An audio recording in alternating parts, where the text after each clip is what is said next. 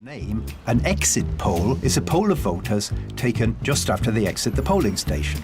But if you're going to get the real results in just a few hours, what's the point of an exit poll? Well, there are several points.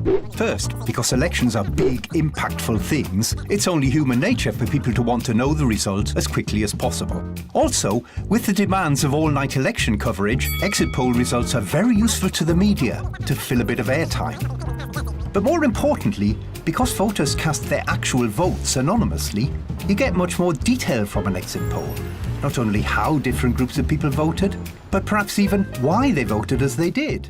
Hello everyone, welcome back to Topic of the Day. Topic for today's discussion is exit polls. Now the exit polls have predicted that BJP will win the recently concluded assembly elections in Gujarat and Himachal Pradesh, while Aam Aadmi Party will win the civic elections in Delhi. Now the exit polls are basically a poll or survey of voters exiting polling stations after casting their votes. Exit polls give a broad trend and a sense of direction as to where the mood of this nation is heading in an election, along with the issues, personalities and loyalties that have influenced the voters. Now it is very different from an opinion poll which is held before the elections.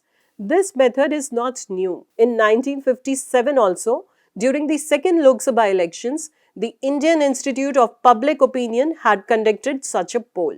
Now let's see how the exit polls are conducted. Exit polls in India are conducted by a number of agencies, often in tie-ups with media organizations. Further, the surveys can be conducted face-to-face or online. Also, the agencies conducting an exit poll follow a range of different methods. One of the most common methods is sampling, that is covering parameters such as age, sex, caste, region and more. Now, there are certain rules governing the exit polls in India.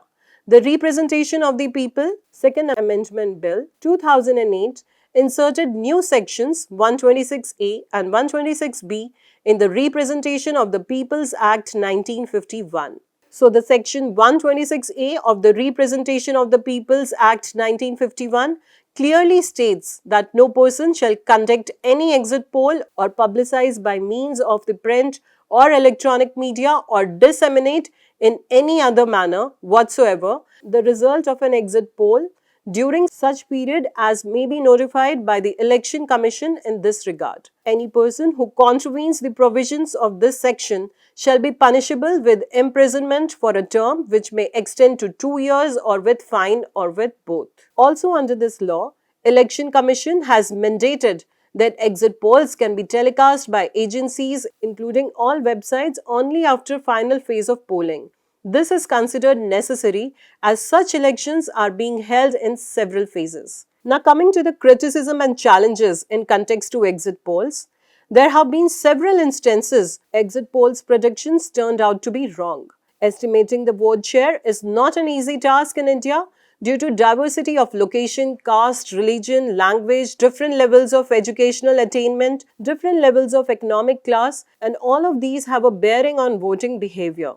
Political parties often allege that these polls are motivated or financed by a rival party and could have a distorting effect on the choices voters make in a protracted election rather than simply reflecting public sentiments or views.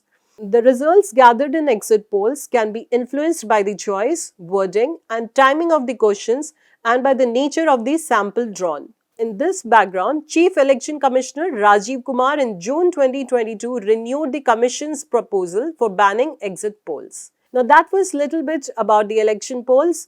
Let's take a practice question from this topic. Consider the following statements related to exit polls in India.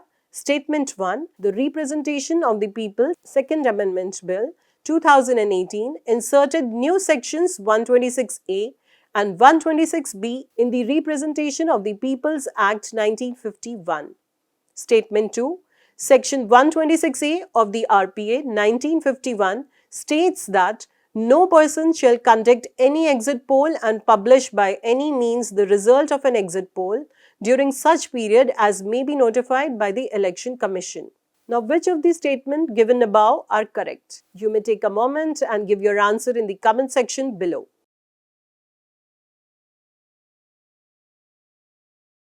Now, the correct answer is B. Statement 1 is incorrect as the representation of the people, Second Amendment Bill 2008 and not 2018 had inserted new sections 126A and 126B in the Representation of the People's Act 1951.